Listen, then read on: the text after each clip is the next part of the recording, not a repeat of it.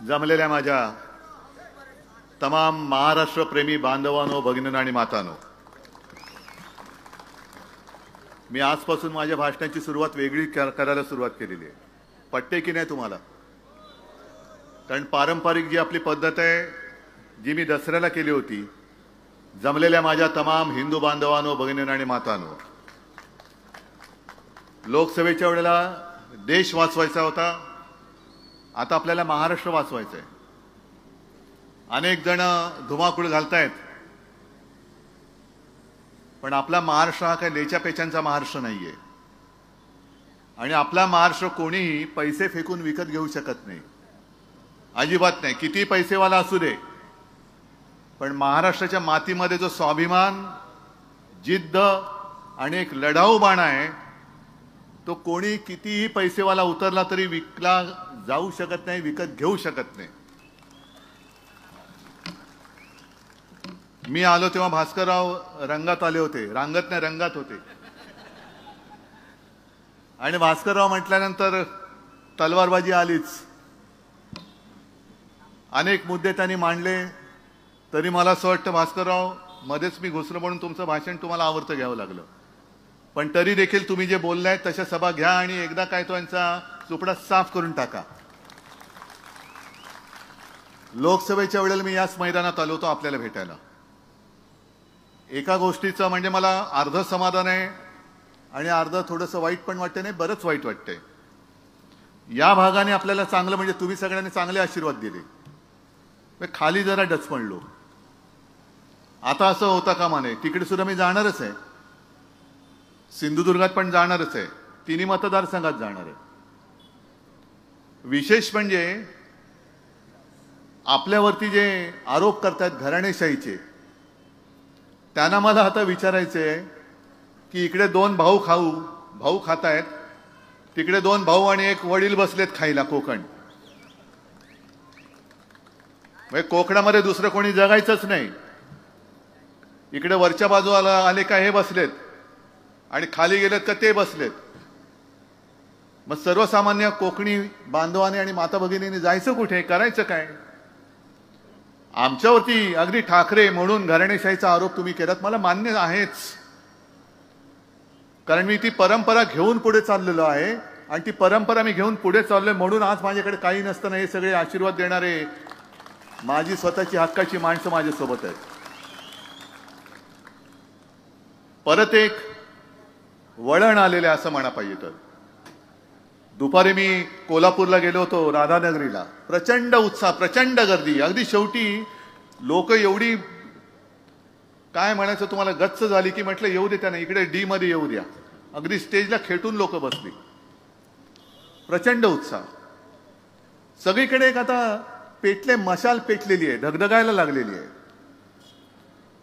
ज्या क्षणाची आपण वाट बघत होतो की कधी एकदा निवडणूक येते, तो क्षण आता आलेला आहे 20 तारखेला. आणि कोकण वरपासून खालपर्यंत अगदी थेट मुंबईपासून संपूर्ण किनारपट्टा, मला मशाल धगधगलेली पाहिजे. हे खोकेबाजीचं राजकारण आपल्याला आत्ताच जाळून भस्म करावं लागेल. जे वळण मी तुम्हाला सांगत होतो ते वळण केवळ उद्धव ठाकरेच्या अस्तित्वाचा विषय नाहीये, शिवसेनेच्या तर नाहीच आहे, पण आपल्या कोकणाच्या आणि महाराष्ट्राच्या अस्तित्वाचा प्रश्न निर्माण झालेला आहे. कोकण कोणाचं? गुंडांचं की माझ्या कोकणवासियांचं? हे तुम्ही ठरवायचंय. मी बोलून जातोय, पण ठरवणारे तुम्ही आहात. तुम्हाला कोकण आणि तुमचं भवितव्य, तुमचं भविष्य हे शिवशाही मानणाऱ्या शिवसैनिकाच्या, महाविकास आघाडीच्या कार्यकर्त्याच्या हातात द्यायचंय की गुंडांच्या हातात द्यायचंय, की जो पैशाचा माज दाखवून कोणी असेल तर मी विकत घेऊ शकतो, या एका गुरमीत चालणारी लोक आहेत, त्यांच्या हातामध्ये तुम्ही तुमची मुलं बाळं आणि तुमचं आयुष्य त्यांना तुम्ही देणार आहात का? देणार असाल तर तुमचा प्रश्न आहे. पण जे घेऊ इच्छितात त्यांना कळलं पाहिजे की तुमच्यात आणि त्यांच्यात मी उभा आहे, उद्धव बाळासाहेब ठाकरे उभा आहे. सगळेजण येत आहेत. बाळमानेजी, तुम्ही ज्या सोनेरी क्षणांच्या आठवणी सांगितल्या, मी सुद्धा त्याला साक्ष आहे. पण एक प्रश्न मला पडतो की ते क्षण जे होते सुवर्ण अक्षरात लिहावे असे क्षण होते, काही नव्हतं आपल्याकडे. म्हणजे नगरसेवक निवडून आला तर आपल्याला केवढं अप्रूप वाटायचं की आपले नगरसेवक निवडून आले. आमदार खासदार तर खूप लांबची गोष्ट होती. पहिले आपले आमदार निवडून आले वामनराव महाडिक, केवढं आम्हाला, मी लहान होतो, केवढं अप्रूप वाटलेलं, अरे वामनराव महाडिक आमदार झाले. त्याच्यानंतर वामनराव महाडिकच पहिले खासदार झाले. अरे वामनराव खासदार झाले. खासदार म्हणजे काय होतं, आमदार म्हणजे काय होतं, मुंबईचा महापौर म्हणजे मोठं पद आहेच ते. पण आपल्याकडे काहीही नव्हतं तेव्हा आपण एकत्र आलो होतो. एक वेळ होतं आपल्यामध्ये की नाही, आपल्या देशासाठी आपण एकत्र आलं पाहिजे, हिंदुत्वासाठी आलं पाहिजे, राज्यासाठी आलं पाहिजे. लढत लढत लढत म्हणजे हा लढा कधी संपतोय की नाही, अशा परिस्थितीमध्ये शिवसेना आणि भारतीय जनता पक्ष एकत्र राहिली होती. मग अशी भारतीय जनता पक्षाला काय अवदसा सुचली की ते जे काय होतं उद्दिष्ट गाठल्यानंतर तुम्ही संकट काळात तुमच्या सोबत राहिलेल्या शिवसेनेला बाजूला सारून टाकले. झालं, तुमचे आमदार झाले, खासदार झाले, मंत्री झाले, पंतप्रधान झाले. 2014 साली मानेजी, मला आठवत आहे का आपल्याला लढावं लागलं होतं. का हे जे आजचं पाप आहे ना, मी राधानगरीमध्ये जे सांगितलं तेच तुम्हाला सांगतोय.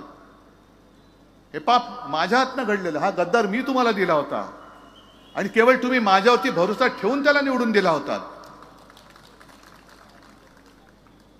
तेव्हा शेवटच्या क्षणी अगदी 2 दिवस राहिले होते अर्ज भरायचे, मला एकनाथ खडसेंचा फोन आला. एक खडसेंनी सुद्धा सांगितले की उद्धवजी आता आपलं जमणं शक्य नाही. म्हटलं काय असं न जमण्यासारखं काय, सगळे गुण तर जुळतायत. गुण जुळले तरी आता 36चा आकडा का करताय तुम्ही. 36 गुण जुळले तरी देखील 36चा आकडा कशाला, आपण होते ना 2 दिवस आहेत, जुळून टाकू सगळं. नाही म्हणे आता आम्हाला वरनं निरोप आलाय, आता युती वगैरे काय करू नका. पण नाईलाज झाला माझा. अचानक उमेदवार आणायचे तरी कुठून, जे आपलं म्हणून आपण तयारी केली होती. नाही, रत्नागिरी म्हणजे बाळमाने म्हणजे भाजपला सोडली, हे म्हणजे यांना सोडलं, अचानक आणायचं कुठून. मग हे आलं भूत. लढलो आपण, झाला तुमचा दुर्दैवाने पराभव. पण त्याच्यानंतर 2019 साली तुम्ही सुद्धा एक दिलदारपणा दाखवला. युती झाल्यानंतर तुम्ही खळखळ नाही केलीत, बंडखोरी वगैरे केली नाहीत. तुम्ही परत या भूताला अगदी माने म्हटल्यानंतर मानेवरती घेतलं. आता हे भूत मानेवरनं उतरायला पाहिजे, हे उतरवून टाकायचं. गेले 2.5 वर्ष, बरं 14 साली जेव्हा आपण घेतलं होतं तेव्हा मला सांगितलं की उद्धवजी मी निवडून येतो, पण मला मंत्री बनवाल ना. तेव्हा सत्ता आणायचीच होती. मी म्हटलं बनवतो मंत्री. 14ला नाही बनवू शकलो, पण आमची ख्याती अशी की आहे की शब्दाला पक्का, एकदा शब्द दिला की दिला, मग परत मागे घ्यायचा नाही.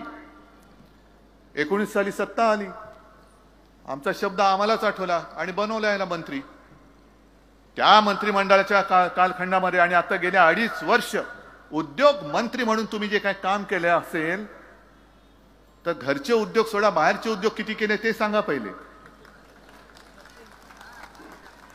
बाहेरचे उद्योग अनेक आणि इकडे ठणठणाट. काय रत्नागिरीकरांना मी विचारतोय, एक तरी उद्योग या उद्योग मंत्र्यांनी आणला रत्नागिरीत? महाराष्ट्राचा तर बातच सोडा. स्वतःच्या मतदारसंघाला जो एक उद्योग आणू शकत नाही, उद्योग देऊ शकत नाही, असे निरुद्योगी मंत्री हे परत बेशरमपणाने मत मागायला येत आहेत आणि आपण मत देणार आहात त्यांना. इकडे हे, तिकडे राजन साळवीच्या विरुद्ध यांचे भाऊ, काय मोठमोठी त्यांनी लोकसभेच्या वेळेला पैशाची मस्ती दाखवली होती. जणू काय हे म्हणजे महाराष्ट्रामध्ये असं व्यक्तिमत्व झालंच नाही, असे सगळे होर्डिंग मुंबईत पण लावलेले. पण त्यांना कळत नाही की हा जो लढा आहे हा निष्ठावंताशी तुम्हाला लढायचा आहे. राजन साळवी हा शिवसेना प्रमुखांचा निष्ठावंत सैनिक आहे. हा तुमच्यासारखा लाच घेऊन, खोके घेऊन सुरतेला पळालेला नाही. त्यांच्यावरती अनेक दडपणं आणली, घरी धाडी पडल्या, पत्नीला मुलांना अटक करू म्हणाले तरी सुद्धा हटला नाही अजिबात. आणि म्हणून मी या निष्ठावंताला पुन्हा सांगितलेलं की राजन तुम्हीच तिकडे योग्य आहात, लढा, बघू कोण गद्दार येतोय, आडवा करून टाकू त्यांना. म्हणजे मी लोकसभेच्या वेळेला आलो होतो तेव्हा या सगळ्या गोष्टी तुम्हाला सांगितल्या होत्या की धाड टाकल्यानंतर घरी शिवाजी महाराजांच्या पुतळ्यांची किंमत करता तुम्ही महाराजांच्या. नालायक लोकांनो, महाराज जर झाले नसते तर तुम्ही जिवंत राहिला असतात. इकडे महाराजांच्या पुतळा जो राजन साळवींच्या घरी आहे, सगळ्यांच्या घरी आहे, माझ्या घरी आहे, यांच्या घरी सुद्धा आहे. आणि महाराज फक्त पुतळ्यामध्ये नाही, महाराज आमच्या हृदयामध्ये आहे. कराल किंमत तुमची, त्यांची किंमत कराल. इकडे राजांच्या घरी सापडलेल्या म्हणजे ठेवलेल्या शिवाजी महाराजांच्या पुतळ्याची किंमत केली किती, याची किंमत काय. मग मी तेच म्हणतोय, जी किंमत तुम्ही त्या पुतळ्याची करताय त्या तिकडे सिंधुदुर्गात मोदींच्या अशुभ हाताने जो पुतळा उभा केला होता, जो कोसळला, त्याची किंमत केली तर तुमची लायकी कळेल त्याच्यात किती पैसे खाल्लेत. पण फसवलं आपल्याला. पंतप्रधान आले, पंतप्रधानांच्या हस्ते शिवाजी महाराजांच्या पुतळ्याचं अनावरण, आणि 8 महिन्यामध्ये पुतळा पडतो. महाराजांचा पुतळा पडू शकतो आणि महाराष्ट्र ते सहन करू शकतो. त्याच्यानंतर मोदीजींच्या ते लक्षात आलं की अरे ये तो कुछ तो गले पे अटक रहा है. मग त्यांनी महाराष्ट्रात येऊन माफी मागितली, आणि ती माफी सुद्धा कशी, गुरमीमध्ये धमकी जशी द्यावी तशी माफी मागितली. काय महाराष्ट्र म्हणजे काय तुम्हाला वाटतो काय हो, पाय पुसणं आहे काय महाराष्ट्र तुमचं, की कधी यायचं आणि ताई पुसून जायचं. महाराष्ट्र तुमचा पाय पुसणं नाहीये, महाराष्ट्र तुम्हाला पुसून टाकल्याशिवाय राहणार नाही. हा छत्रपती शिवरायाचा महाराष्ट्र, पुसून टाकतो आम्ही तुमचं नाम निशाण. मग ते कोश्यारी होते, त्यांनी महाराजांचा अपमान केला होता. आपण मोर्चा काढला होता मुंबईत, हटाव कोश्यारी हटाव, महाराजांचा अपमान करणारा राज्यपाल नाही पाहिजे. नाही हटवला, कारण महाराजांचा अपमान झालाय. मोदींवरती जरा बोलून बघा, नाही तुमच्या घरामध्ये पोलीस आले ना तर मी काही हारायला तयार आहे. मोदींचा अपमान नाही करायचा, महाराजांचा झालं तरी चालेल. आणि म्हणून मी ठरवलेलं आहे, प्रत्येक सभेत मी सांगणार आहे, जे दसऱ्याला बोललो, की तुमच्या आशीर्वादाने आपल्या महाविकास आघाडीचं सरकार आल्यानंतर महाराष्ट्राच्या प्रत्येक जिल्ह्यात मी छत्रपती शिवाजी महाराजांचं मंदिर बांधल्याशिवाय राहणार नाही. देव आहेत ते, आमचे दैवत आहे. आणि केवळ महाराष्ट्राच्या प्रत्येक जिल्ह्यातच नाही, तर सुरतेमध्ये सुद्धा मी छत्रपती शिवाजी महाराजांचं मंदिर बांधल्याशिवाय राहणार नाही. आणि मी सुरतेमध्ये एवढ्यासाठी बोलतोय, आकसाने नाही म्हणत. हे गद्दार जिथे पहिले पळाले, जी इंग्रजांची वखार छत्रपती शिवाजी महाराजांनी स्वराज्यासाठी लुटली होती, धडा शिकवण्यासाठी त्यांना, तिथे हे पळाले. अरे स्वतः जे सुरतेमध्ये पळाले ते सुरत महाराष्ट्र लुटते, ती लुटते थांबू शकते. आणि म्हणून मी सुरतेमध्ये महाराजांचं मंदिर एवढ्यासाठी उभारणार की पुन्हा कोणी गद्दार इथून सुरतेला जाता कामा नये. कारण इथे सुद्धा महाराज आहेत आणि तिकडे सुद्धा महाराज आहेत, दोन्हीकडे महाराज आहेत. जिथे जाल तिकडे महाराज आहेत. टकमक टोकावरनं तुमचा कडेलोट करण्याची आज्ञा दिल्याशिवाय ते राहणार नाहीत. पण तुम्ही आज सुद्धा मध्ये कुठेतरी त्यांची सभा झाली, तेच बोलतायत, ते घरी बसून राहिले. अरे मी घरी बसून सगळ्यांची घरं सांभाळली आणि म्हणून महाराष्ट्रातली जनता मला कुटुंब प्रमुख मानते. पण घरं फोडणारी अवलाद तुमची. माझी आपली शिवसेना फोडली, सगळ्यांची घरं, शरद पवारांचं घर फोडलं, घर फोडे तुम्ही. घरं फोडताय आणि राज्य करताय आणि आम्हाला तुम्ही सांगताय यांनी काय केलं नाही. जर मी काय केलं नसतं तर ही जनता आजपर्यंत माझ्यावरती प्रेम करत आले, तिचं प्रेम कधीच आटलं असतं. आणि म्हणून मी तुम्हाला विचारतोय की मी असं काय कोणता गुन्हा केला होता 2.5 वर्षामध्ये मी मुख्यमंत्री असताना. एक तर जागतिक महामारी आल्यानंतर तुमच्या सगळ्यांच्या साथीने आणि सोबतीने महाराष्ट्र तरुणाचा बंदोबस्त करण्यात संपूर्ण देशात नंबर 1चं राज्य होतं. संपूर्ण देशामध्ये ऑक्सिजनचा तुटवडा पडून दिला नाही, ना कधी रुग्णशय्यांचा पडू दिला. कसला पडू दिला नाही, कारण तुम्ही जे मी सांगत गेलो आणि तुम्ही ऐकत गेलात, म्हणून आपण ते वाचू शकलो. मग यांनी काय केलं होतं, तुम्ही कुठे होतात, हे कुठे होते. संपूर्ण देशभरामध्ये हाहाकार माजला होता. कुठे सार्वजनिक चिता पेटल्या होत्या, कुठे गंगेमध्ये प्रेतं वाहत होती.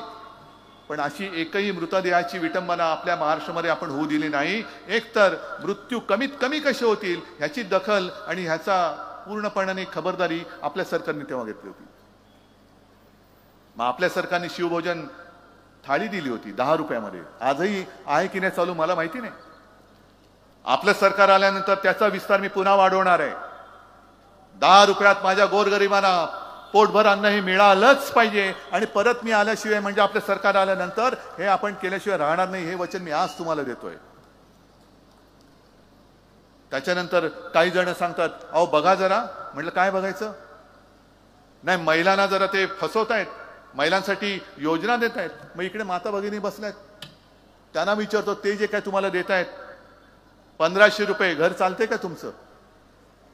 अनेक जण म्हणतात की आम्हाला 1500 मिळतात जरूर, पण महागाई एवढी प्रचंड वाढले की 1500 रुपये आमच्या पर्यंत येईपर्यंतच ते संपून जात आहेत. मधल्या काळामध्ये मी संभाजीनगरला गेलो होतो आणि तिकडे शेतीच्या बांधावरती उतरल्यानंतर ज्या काम करणारे शेतमजूर महिला आहेत त्यांना मी विचारलं काय ताई 1500 रुपये मिळाले? होय मिळाले म्हणे. मग काय बरं चाललंय? त्याला कसलं बरं म्हणे, पोराचं ऍडमिशन थोडी होतं होय. पोराची ऍडमिशन म्हणजे तिला 1500 रुपये ठीक आहेत, पण मुलाचं मी शिकू कशाला? मी कष्ट का करते? आई वडील जे कष्ट करतात ते मुलं मोठी होण्यासाठी करतात. मुलगा माझा शिकला पाहिजे.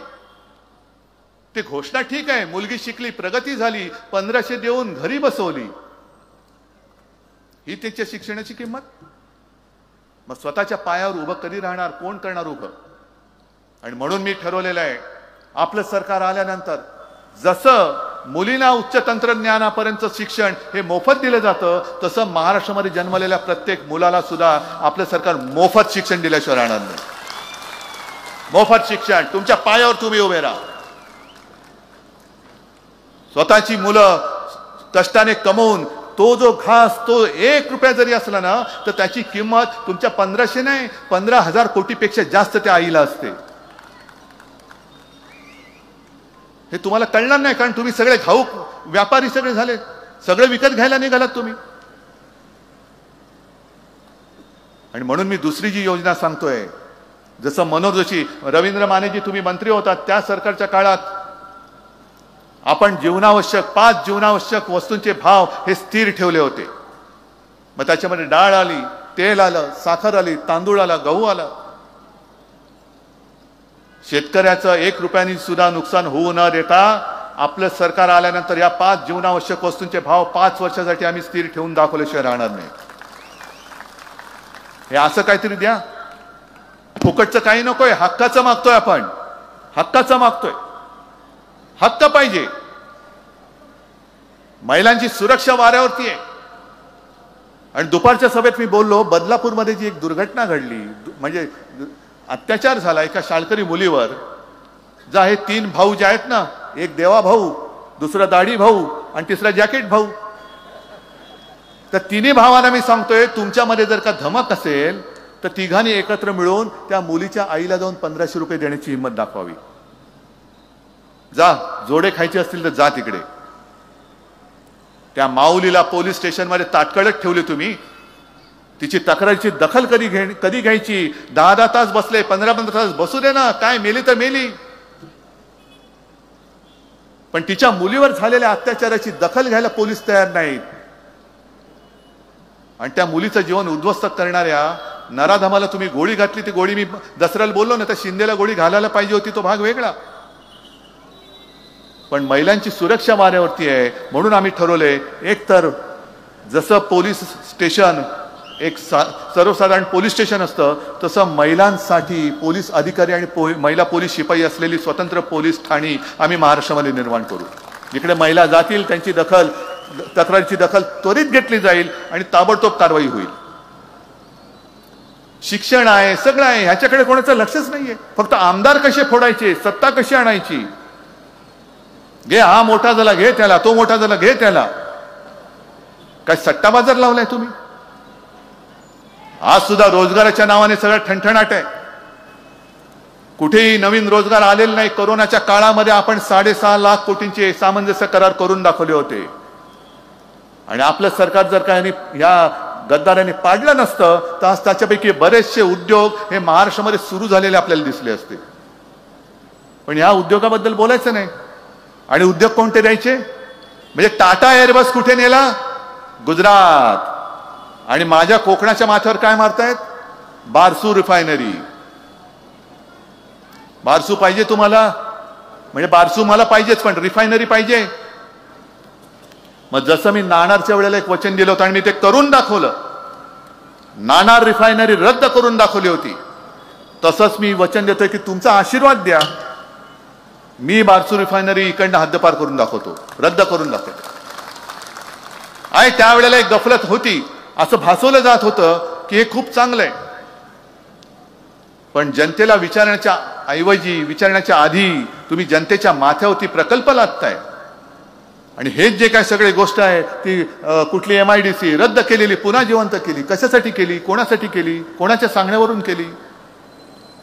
जनतेला काय हवंय, जनतेला काय आवश्यक आहे, तुमच्या कॉन्ट्रॅक्टर मित्राला काय पाहिजे, त्याच्यासाठी माझी जनता नाहीये.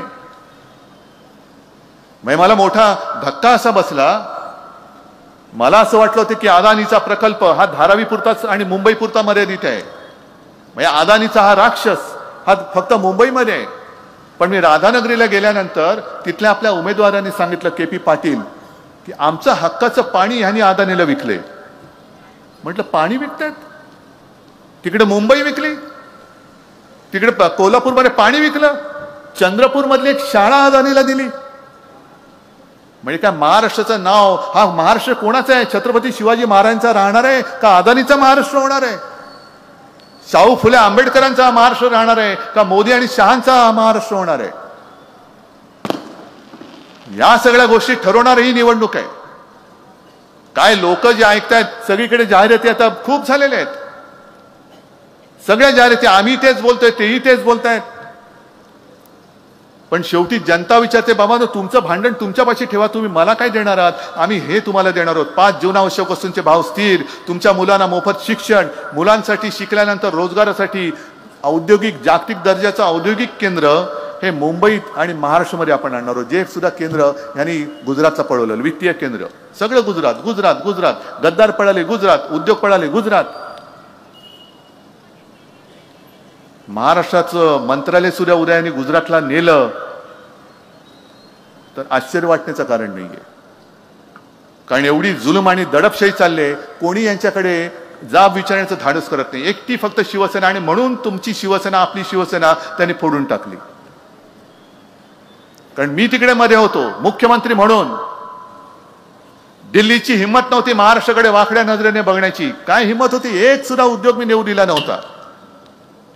आणि पुन्हा आपलं सरकार आल्यानंतर हे सगळे पळवलेले उद्योग, ठीक आहे तिकडे सुखात असतील तर असू दे, पण नवे उद्योग मी महाराष्ट्रात आणल्याशिवाय राहणार नाही. जे करोना काळात मी करून दाखवलं होतं, मी करून दाखवलंय, म्हणून मी आत्मविश्वासाने बोलतोय. पण या सगळ्या गोष्टी तुम्हाला हवेत की नको आहेत? आज सुद्धा या सगळी यादी आहे मोठी, वाचायची तरी किती. टाटा एअरबस गेला गुजरात, वेदांता फॉक्सकॉन गुजरात, बलग्रक पार्क गुजरात, सगळं गुजरात, मोठं वित्तीय केंद्र गुजरात, गद्दार पळाले गुजरात. अरे काय महाराष्ट्रामध्ये काय शिल्लक ठेवणार आहेत की नाही? का महाराष्ट्रामध्ये नुसता बेकारीचा तांडा फिरवणार आहात तुम्ही? महाराष्ट्राच्या हातामध्ये काय भिकेचा कटोरा तुम्ही देणार आहात? रोज उठून तुमच्या पायाशी यायचं आणि भीक द्या म्हणून सांगायचं, दे दान सुटे गिरान म्हणून तुमच्या मोदीशांच्या दारात उभं राहायचं. हा भाजप मला मान्य नाही आणि हे यांचं हिंदुत्व मला मान्य नाहीये. मानेजी, आज तुम्ही आपल्या सोबत आलात या व्यासपीठावर, मी आता तुम्हाला सगळ्यांना कळेल, आणि इथे सुद्धा भाजपचे आणि अगदी संघाचे लोक असतील त्यांना मी नम्रतेने सांगू इच्छितो की बाळ मानेंच्या वेदना त्यांना विचारा की ज्यांनी भाजप रुजवला ती लोक आता नको आहेत. भाजपचे अध्यक्ष नड्डा सांगतायत आता आम्हाला संघाची गरज नाहीये. मग कोणासाठी काम करताय? 100 वर्ष तुम्ही तुमच्या पिढ्या संपूर्णपणे वाया घालवल्यात. कोणाला डोक्यावरती घेऊन बसलात तुम्ही? हा भाजप संघवाल्याने तरी मान्य आहे का? आणि भाजपच्या जुन्या कार्यकर्त्यांना तरी हा भाजप मान्य आहे का? हे नेतृत्व भाजपचं मान्य आहे का? आज कोकणामध्ये बघाल तर हे सगळी भगव्याचे पाईक महाविकास आघाडीचे सगळे उमेदवार आहेत. एखाद दुसरा कुठेतरी सोडला तरी आपल्याच परिवारातली लोक आपल्यासमोर मी उमेदवार म्हणून दिलेले आहेत. पण भारतीय जनता पक्षाचं जे आज झालेलं आहे, मी दसरा मेळाव्यात जे बोललो की आपल्या इकडे कापूस वगैरे नाही, पण विदर्भात गेल्यानंतर कापसाला एक तो कापसावरती एक रोग येतो, कुठला मी विसरलो, डिंक्या रोग म्हणतात वाटतं त्याला. तो खोडाला लागतो आणि खोड पोखराला लागतोय. तसा हा दाढीवाला खोडकिडा हा भाजपला लागलेला आहे. भाजपच पोखरून टाकतोय. तोय सगळे सगळे उपरे सगळे भाजपामध्ये जात आहेत. कसा राहिलाय कुठे भाजप? तो अटलजींचा भाजप गेला कुठे? अडवाणीजींचा भाजप गेला कुठे? अगदी जुनी जुनी जी लोक होती त्यांनी निर्माण खस्ता खाऊन खाऊन वेळ प्रसंगी रक्त सांडून मेहनत करून जे एक स्वप्न जोपासलं होतं त्या स्वप्नाला आता हा खोडकिडा लागलेला आहे. हा खोडकिडा लागलेला भाजप, ह्या भाजप म्हणून मानायला तुम्ही तयार आहात का? हे मी ओरिजिनल भाजपच्या कार्यकर्त्यांना विचारतोय. बरं, दुसरा महत्वाचा प्रश्न असा की एक प्रश्न मी तुम्हाला विचारतो, पण मी विचारल्यानंतर ती व्यक्ती ओरिजिनल कोणत्या पक्षाची हे तुम्ही उत्तर द्यायचं. देताय? तयार आहात? जसं आपण टीव्हीवरती बघतो ना, अब आपका समय सुरू हो रहा है, तसं मी तुम्हाला सांगतो हे सरकार आणि विधिमंडळ आहे. या विधिमंडळाकडे बघितलं तर मुख्यमंत्री ओरिजिनल कोणत्या पक्षाचा? आत्ताचा जो मुख्यमंत्री आहे गद्दार, तो ओरिजिनल कोणत्या पक्षाचा आहे? हा, अरे मोठ्याने बोला ना. शिवसेना. दोन्ही सभागृहाचे अध्यक्ष कोणत्या पक्षाचे आहेत? दोन्ही सभागृहाचे विरोधी पक्ष नेते कोणत्या पक्षाचे आहेत? अर्धे अधिक मंत्री कोणत्या पक्षाचे आहेत? अरे मग एवढं वैभव तुमच्या सोबत अधिकृत होतं, का शेण खाल्लत? मग शिवसेना नको, म्हणजे ओरिजिनल शिवसेना नको, उद्धव ठाकरे नको. उद्धव ठाकरे ना मोदीजी गेल्या वेळेला बालासाहेब की नकली संतान म्हणतात आणि निर्लज्जपणाने माझी माणसं उरावरती, तुमच्या लोकांच्या उरावरती बसून तुम्ही तुमचा टेंबा मिरवता. हे कोणतं राज्य आहे? कुठे चाललोत आपण? महाराष्ट्राला दिशा देण्याची वेळ आलेली आहे आणि महाराष्ट्राला दिशा देण्याचा जो अधिकार आहे हा तुमच्या हातामध्ये. मी आता येता बातमी कोणीतरी मला सांगितले की येत्या 8 तारखेला काहीतरी आता सुनावणी लावलेली आहे सर्वोच्च न्यायालयात शिवसेनेच्या नाव आणि निशाणीबद्दल. मधल्या काळात आपण बातमी वाचली की न्यायदेवतेच्या डोळ्यावरची पट्टी काढले. आता तरी मला अपेक्षा न्यायदेवतेला दिसतंय की नाही का सुनावणी नुसती सुनावणी आहे का नुसती बतावणी आहे हे त्या 8 तारखेला कळेल. आणि मी सर्वोच्च न्यायालयाच्या त्या न्यायमूर्तींना सुद्धा, अगदी चंद्रचूड साहेबांना सुद्धा हात जोडून विनंती करतोय, अहो 2.5 वर्ष झाली आम्ही न्याय मागतो आहोत. न्याय केवळ उद्धव ठाकरेसाठी नाही तर देशातल्या लोकशाहीसाठी मागतो आहोत.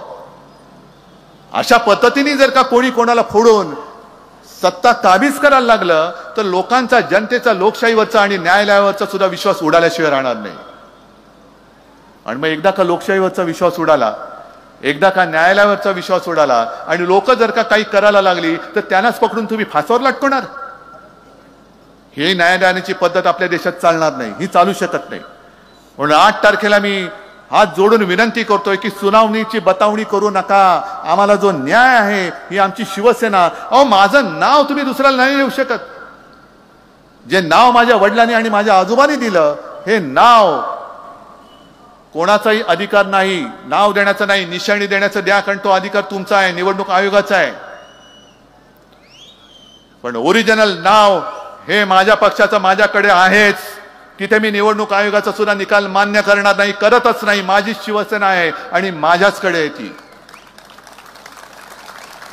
वाटेल ते उरफाटे निकाल तुमचे आम्ही ऐकणार नाही. एखाद्याचं नाव जर त्याच्या आईवडिलांनी ठरवलंय आणि दुसरं कोणीतरी सांगितलं की नाही ह्याचं नाव नाही, हे नाव आजपासून माझं आहे, नाही देऊ शकत तुम्ही. तसं माझ्या पक्षाचं नाव शिवसेना आहे आणि मी शिवसेनाच वापरणार.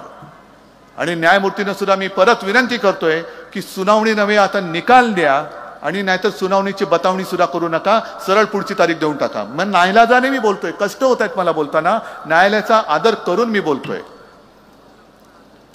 आणि म्हणूनच आता न्याय मी तुमच्याकडे मागतोय. ही लढाई ही अनेक पैलूंनी होणार आहे. म्हणजे महाराष्ट्राच्या अस्तित्वाची लढाई आहे. महाराष्ट्र कोणाचा हे ठरवणारी आहे. महाराष्ट्रावरती गुंडांचं राज्य येणार आहे का आपल्या शिवरायाच्या मावळ्यांचं येणार आहे ते ठरवणार आहे. आणि माता भगिनींना सुरक्षित राहायचं की नाही हे ठरवणारी निवडणूक होणार आहे. आणि मला खात्री आहे की या सगळ्या गोष्टीचा विचार करून मतदान करण्याएवढे तुम्ही सुज्ञ आहात. कोकण हा नेहमी गुणग्राहकता कोकणचे जे कोणी लोकप्रतिनिधी आले, मग ते विधानसभेत असतील किंवा लोकसभेत असतील, कोकणी बांधव शांत राहतो, पण त्याला करायचं ते बरोबर करून दाखवतो. आणि म्हणून मला खात्री आहे की इथली ही घराणेशाही, यांची वरची आणि तिथली खालची, आणि वरती बसले ते खालच्यांचे वडील, ही घराणेशाही नव्हे, ही गुंडशाही आहे. आणि ही गुंडशाही, तिला तुम्ही चूड लावल्याशिवाय राहणार नाही. आणि तसं तुम्ही ते कराल एवढी खात्री बाळगतो आणि आपली रजा घेतो. जय हिंद, जय महाराष्ट्र.